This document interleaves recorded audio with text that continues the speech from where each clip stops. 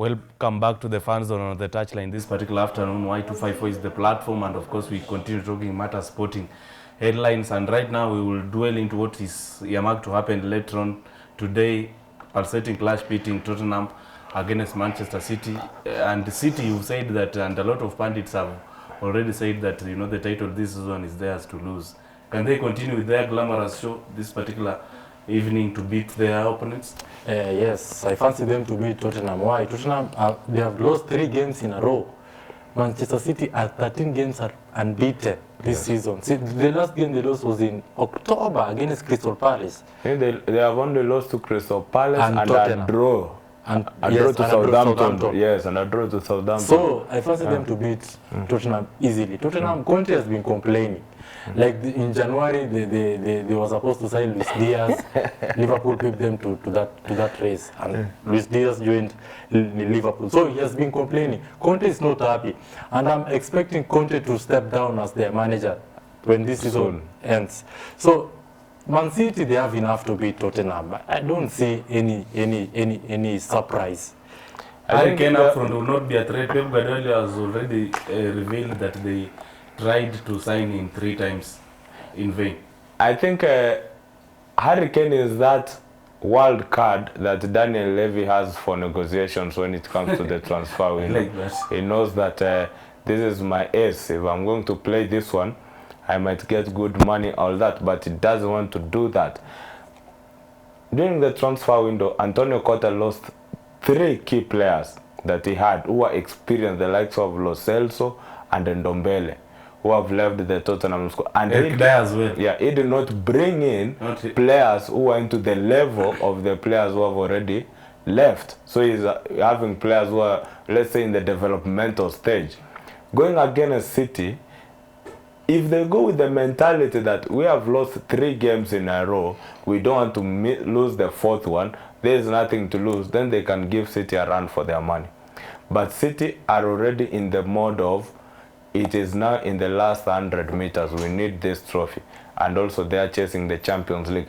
5-0 away to Sporting Lisbon. Now coming back, there might be a bit of change into that squad, so Tottenham can get a chance, but City is still a favorite to lift this one. One thing for Antonio Conte, I think he did not hear experience from other managers or what other managers say about Daniel Levy. He's not an easy man to deal with when it comes to transfers. It is, you can sell a player for more money, but bringing in a player is for not a lot of money.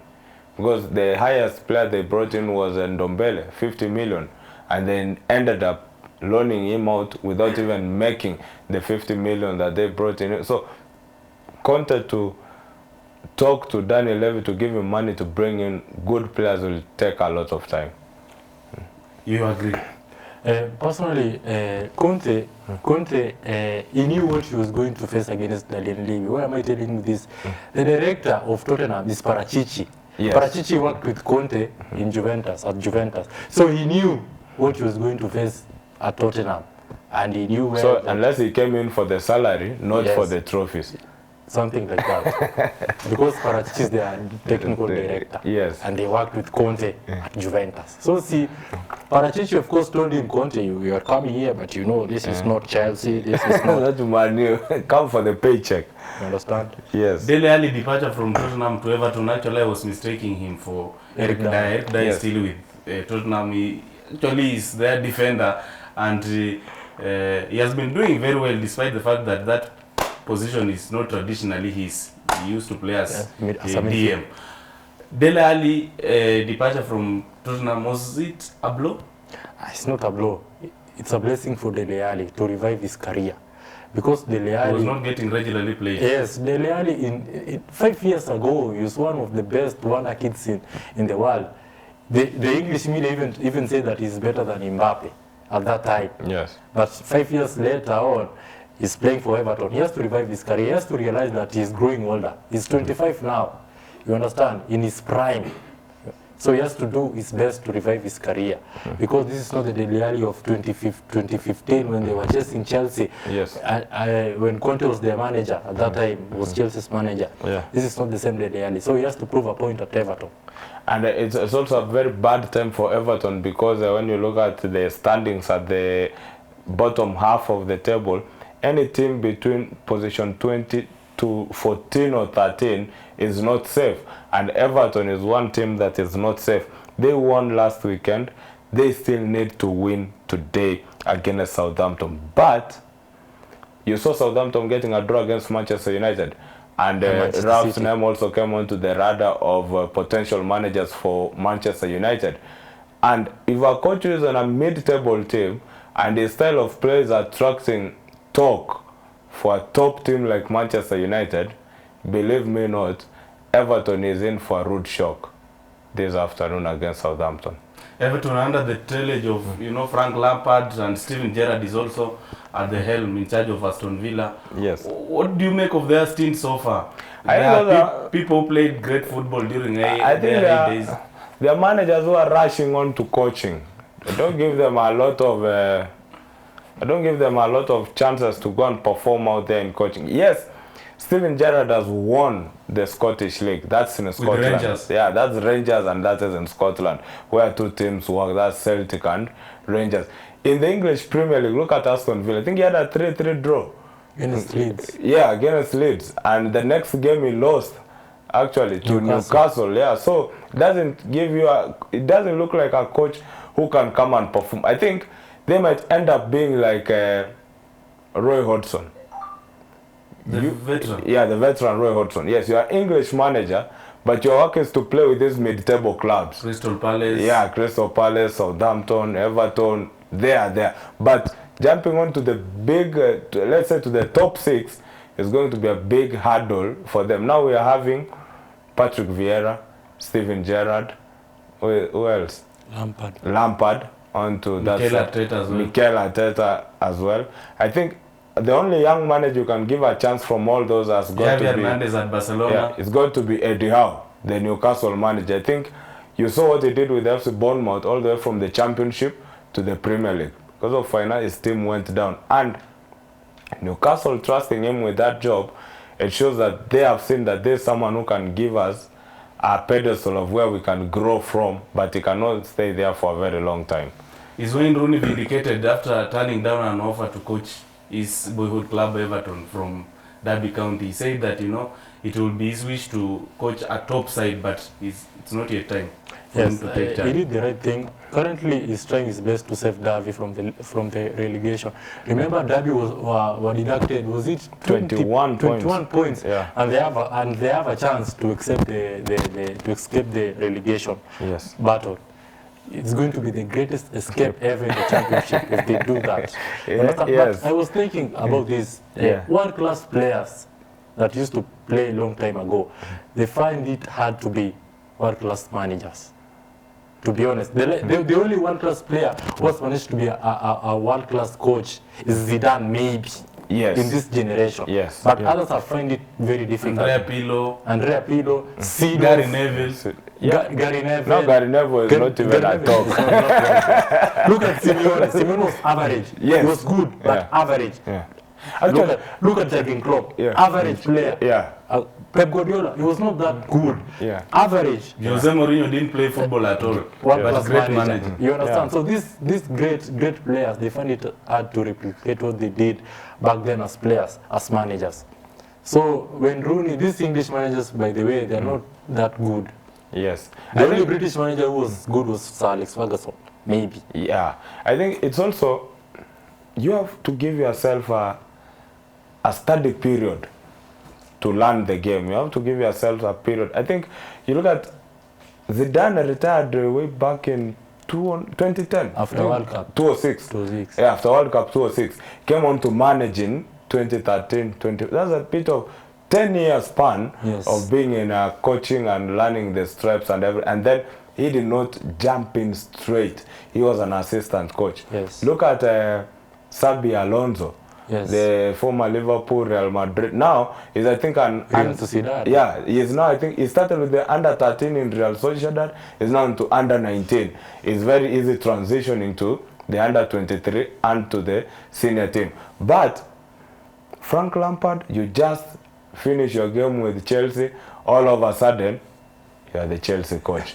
All of a sudden I hear talk Crystal Palace out of nowhere, and now you are the Everton coach, my friend. Rosari leader. You cannot perform there. Leeds up against United tomorrow. Leeds against United. Hey, with United, you don't know what to expect. Manchester United, You don't know which team is going to turn up. You don't know what, because Leeds, first of all, they have been poor in this season. Yes. Very poor. With Manchester United, the problem with Manchester United, see how Manchester City and Liverpool play. They don't give these small teams chances. Yes. It's very difficult for these small teams to dominate the likes of Liverpool and Manchester City. Yeah. But with Manchester United, even tomorrow you will see Leeds dominating Manchester United. Look at Manchester. They had, I think, 3 draws in a row until this win that they came to have in midweek. And now they are playing Leeds. And Leeds is a high-scoring team. They don't care how many goals you score against them. But if they get a chance, and with the mistakes that United usually makes, Leeds is a team that can punish you and can get goals from Manchester United. I think for Manchester United, their season is done. It's just that, can we get a chance to play Champions League football? If we get that one, thank God, we have done well. If we don't, and we get onto the Europa League, that is what we deserved at the end of the season. Right now, as we speak, I think the only priority is to target a top 4 finish, right? Yes, that is the only. And in that top 4 position, it's crazy for you because you have got teams from number 4 all the way to number 9 fighting for that position. Yes. And we have got teams with games In at hand. Yeah, you've got a team like Wolverhampton Wanderers. Don't write them off. Yes. You've got West Ham. They have been actually, I think they are the team to beat in that top 4 position. They are the, Totenham is also there, and they are playing good And football. Arsenal as well. Arsenal is also there as well. So it is an open game in that scenario for anybody to stay in the top 4 and be a legit Champions League playing team, or you can be playing in the Europa League come next season. Javier Hernandez at the helm of Barcelona. I saw their Europa League clash against Napoli. For the first time in history of European football, Barcelona playing Thursday night football. It doesn't look nice, and it's so unusual. The last time they played in the Europa League was in 2003-2004 when Porto won the Champions League, Yes. Greece won the Euros, Arsenal went unbeaten in 4-4, and up to now Arsenal have not won the league. Yeah. More than 18 years. So it doesn't feel right, Barcelona playing in the Europa League, but they have to play there because They have no option. They have no option. They deserve to be there because they had the chance to qualify in the round of 16. They squandered the by just opportunity. beating Benfica, and they failed. But Xavi is trying to do something with Barcelona. We just have to give him time. You understand? We saw it against Atletico de Madrid. He won 4-2, if I'm not wrong. Daniel Alves, that guy is not aging. He's aging like a fine wine. Adama is skillful as usual. Adama, wasting chances. Adama in the Premier League, he didn't even register a single assist. But he went to Barcelona, now he has And 2 he's assists. guaranteed of a first team place. Yes, but in Wolves he was benched, by the way. He was not a regular starter at Wolves, but in Barcelona he's a regular starter. So he has upgraded. Wow. Your expectations overall this particular weekend in terms of fixtures lined up, what are you looking forward to? Which match are you paying close attention? The match I'm paying attention to is Manchester City versus Tottenham.